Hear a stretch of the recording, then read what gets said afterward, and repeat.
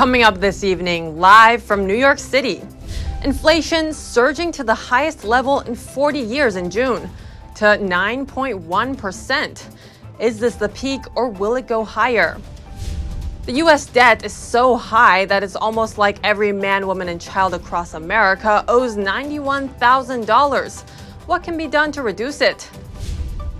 Google slowing hiring for the rest of this year. What's the CEO's message to employees? That and much more coming up on NTD Business. Great to have you with us. Chenny Wu here for NTD Business. The new inflation report is out. Consumer prices rose 9.1% in the past 12 months, setting yet another 40-year high. Where's the peak and how will the Fed respond? NTD's Colin Frederickson has more. The latest inflation number, 9.1% in June. This is up from 8.6% in May and a new four-decade high. The Bureau of Labor Statistics says the increase was broad, with food, gas, and shelter contributing the most. Gas prices rose 11.2%, food rose 1%, and shelter 0.6%. It's a very bad report. Robert Janetsky is the president of economic consulting firm Classical Principles. Janetsky believes this may be the peak. By the fall, I believe we will see inflation coming down. There are signs that the rate of spending has slowed in the economy. We're no longer increasing spending at a double-digit 10% or 12% annual rate. And that's the key to holding inflation down.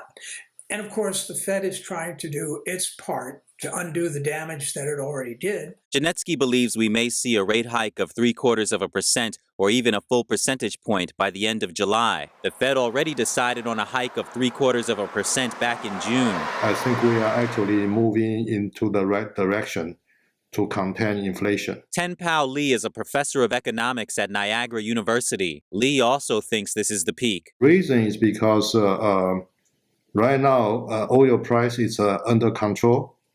And COVID-19 is also gradually diminished its impacts. Lee believes inflation is under control and that the Fed should focus on making a soft landing by raising rates by 0.5 percentage point instead of 0.75. Fed Chair Jerome Powell says both 50 and 75 basis point increases are on the table. Colin Frederickson, NTD News.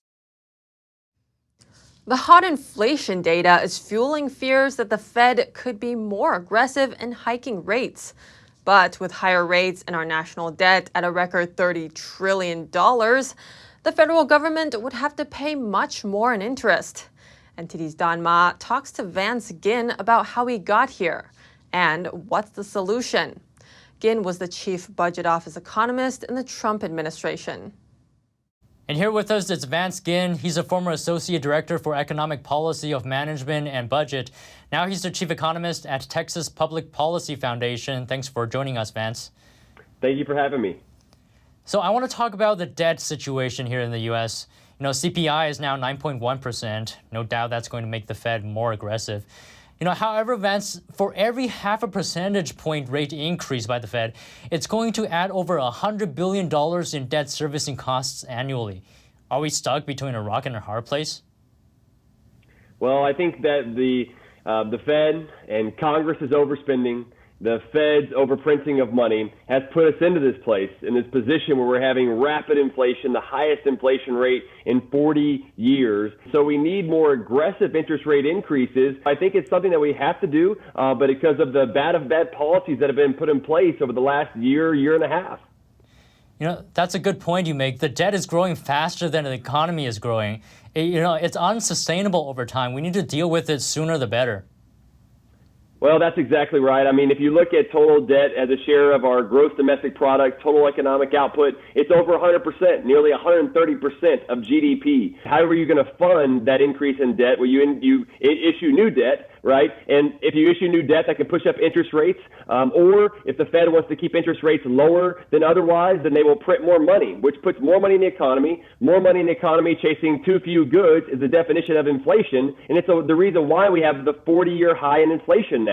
This is unsustainable. it's not just high inflation, but it's also that inflation-adjusted average hourly earnings are now 4% down. They've dropped by 4% over the last year, which is the lowest, is the slowest growth we've had in at least 15 years. So this is really hurting workers, whether they have jobs or not. How did the debt get so big? In February, the debt surpassed $30 trillion for the first time. How do we get here? Well, the way I like to put it is deficits and debt are always and everywhere a government spending problem. We don't have a revenue problem, we have a spending problem. And look, this has been across administrations. It's been across different Congresses where Congress has the power of the purse. And even when I was in the Trump administration, we tried to find ways to reduce the deficits over time, because just an increasing interest rates alone adds, a substantial amount to the increase in debt over time because of the increase of spending of interest payments. And it's something we've got to get control, or it's going to continue to crowd out not only the budget, but the entire economy. And it's something that we can't afford as Americans. Yeah, you mentioned the economy. The amount of national debt directly affects Americans' day-to-day lives, does it not? Like, for example, it affects the level of benefits, services Americans get from the government. At the same time, servicing the U.S. debt will cost taxpayers over $8 trillion of the 10-year budget window. Vance, tell us how the national debt affects people's lives. Well, you're right on, and it really does affect people's lives. I mean, if you look at the national debt, which has increased by $6 trillion just in the last 2 years, that's a 25% increase to $30.5 trillion. That means that every man, woman, and child across America owes $91,000 on average. $91,000. So if you're making $45,000 a year, that's 2 years of your salary. And it also affects people's mortgage payments. Interest rates on mortgages have about doubled over the last year, and that means that mortgage payments, the monthly payment, has went up by about 50% on average, and many people can't afford that. So unfortunately, many people are going to begin to lose their homes, which oftentimes is the only asset that they have to pass on to future generations. And so this hits people in so many ways across the economy. Wow, it's a serious issue. Let's talk about how we can resolve it. Do we only have two options? Increase taxes on the American people or reduce spending? Well, those are the two big ones, right? What we've done so far is to keep spending and issuing new debt. But you're right. Other ways they could do it is raise taxes, which is difficult politically. But historically speaking, the best way to do this is to cut government spending, at least cut the growth of government spending. I mean, if we looked at the last 20 years, there was about $20 trillion added in new national debt. But if we had just matched spending with population growth and inflation over that same period, we would have a surplus of $3 trillion. That's a $23 trillion swing over that period by just slowing the growth rate of government spending. Doesn't even mean cutting it, it just means slowing the growth rate so that we can still fund, key core government provisions like national defense, like the justice system, and some of the other things that are out there. It's not a huge, sort of catastrophic situation like some people would argue. It's really about just slowing the growth of government spending. Vance Ginn, Chief Economist, Texas Public Policy Foundation. Thanks again. Thank you. On Wall Street, stocks tumbled today as investors took in the inflation data. The Dow fell 209 points, or 0.7%. The S&P dropped 17 points, or 0.5%, and the Nasdaq lost 17 points, or 0.2%. Google is cutting back on hiring for the rest of the year. It's the latest in a trend of tech firms either slowing hiring or laying off staff.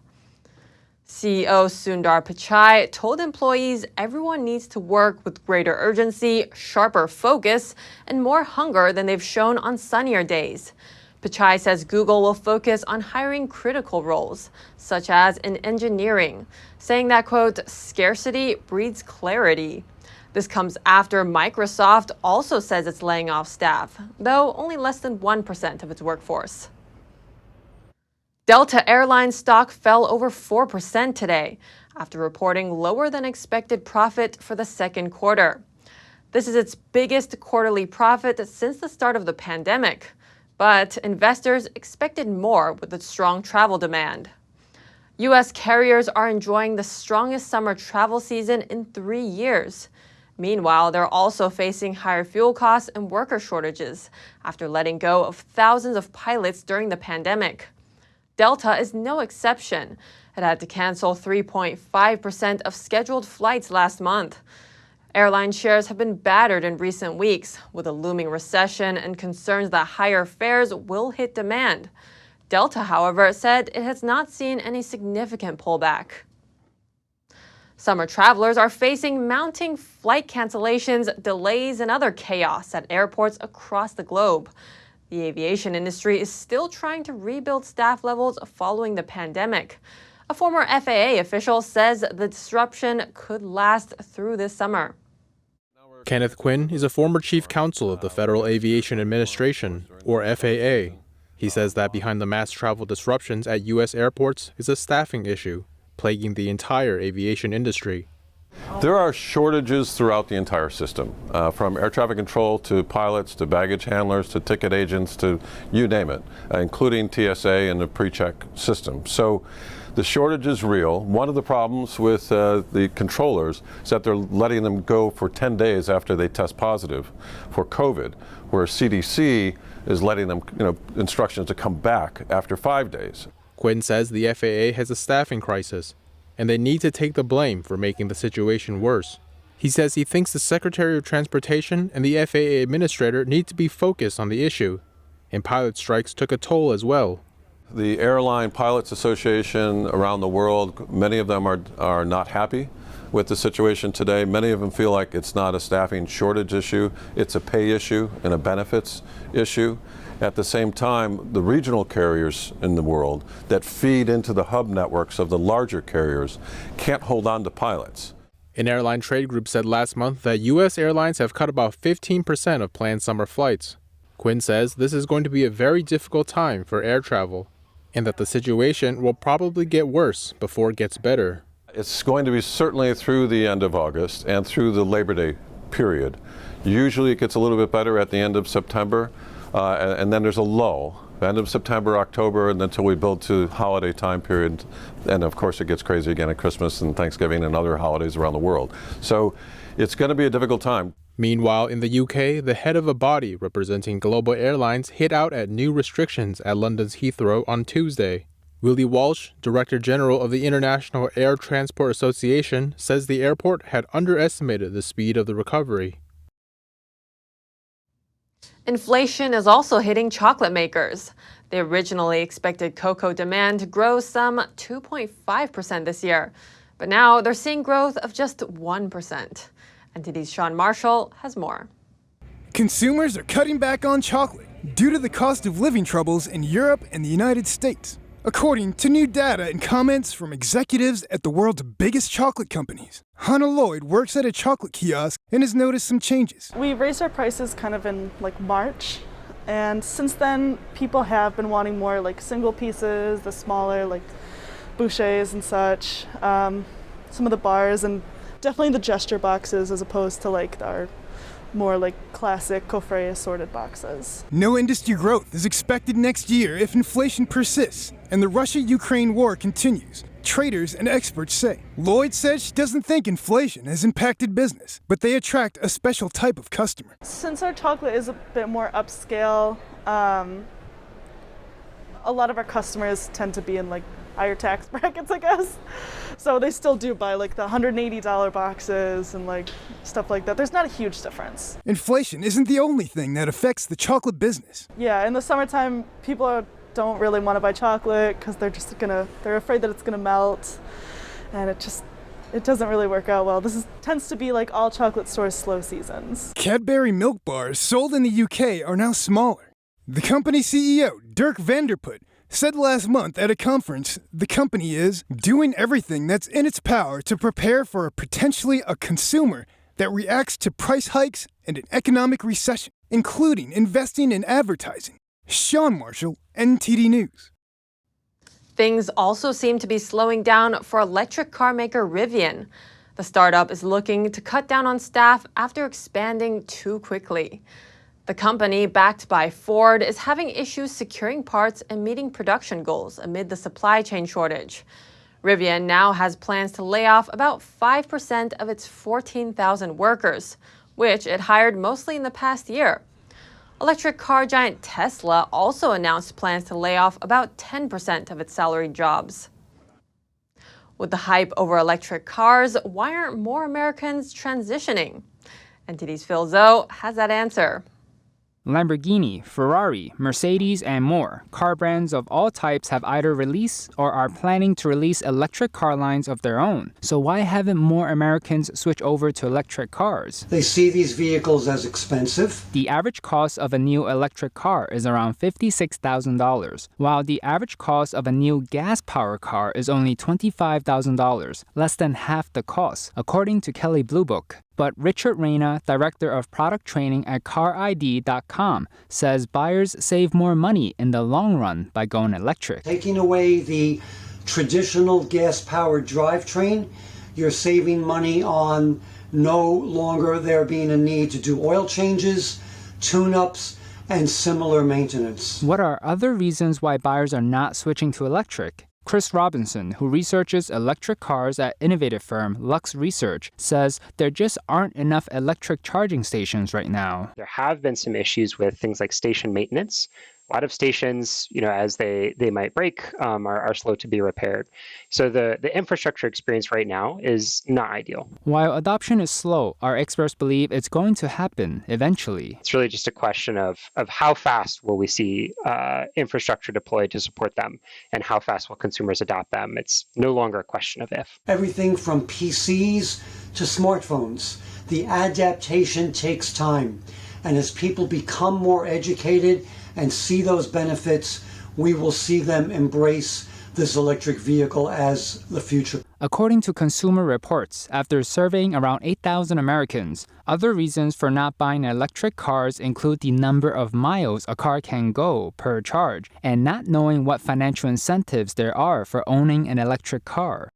Phil Zhou, NTD News.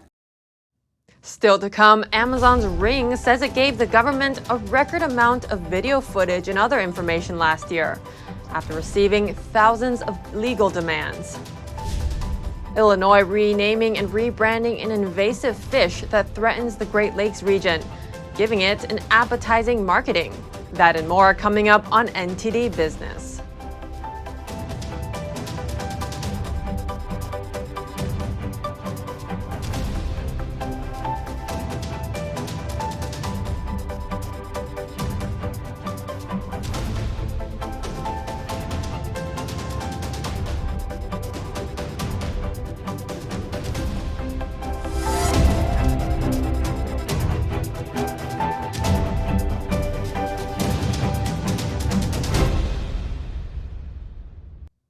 Welcome back. Amazon-owned Ring says it gave authorities a record amount of video footage and other information in 2021.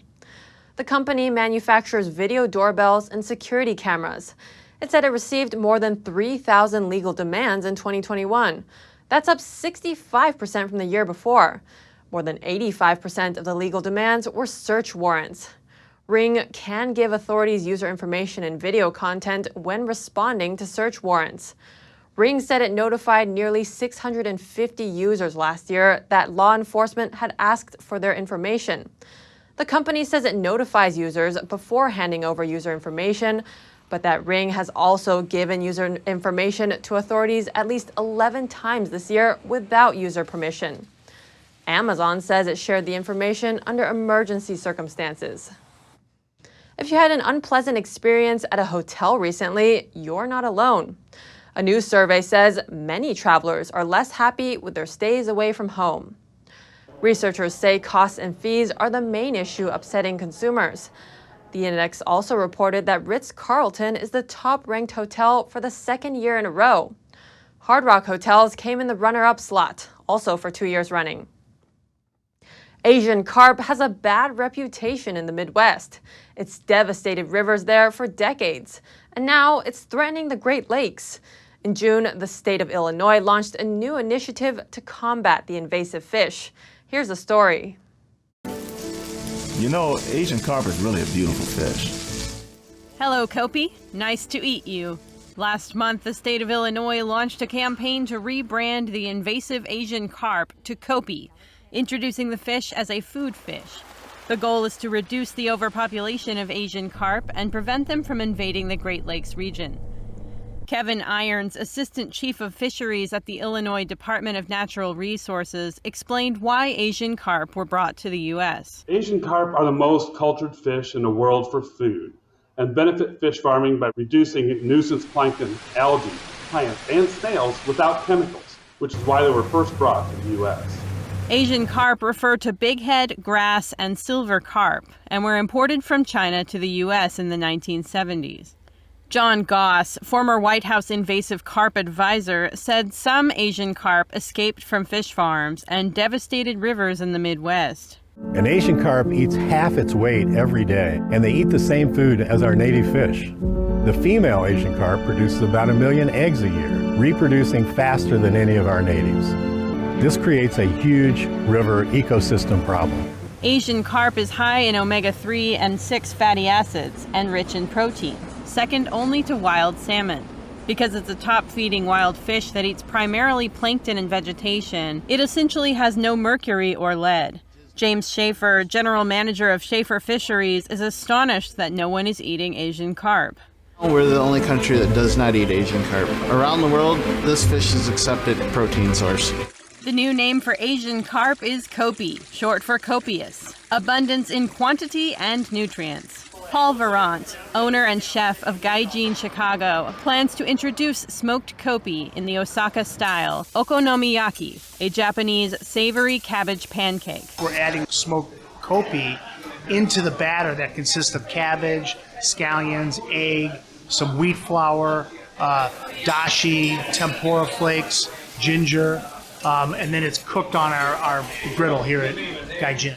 Graham Essex is trying out the Copi cabbage pancake for the first time. It's really quite lovely. It's like all of these elements come together really beautifully. The Copi, quite fantastic. If Asian carp invade the Great Lakes area, they'll pose a significant threat to the region's $7 billion fishing industry. ChooseCopi.com lists markets and restaurants where Copi is available. Reporting by Angela Moy, NTD News, Chicago. Ever bought a tuna sandwich from Subway?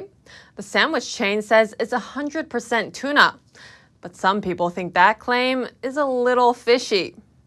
Last year, 2 people filed a lawsuit in California, saying Subway's tuna partially or wholly lacks tuna as an ingredient, and that it's actually other types of fish.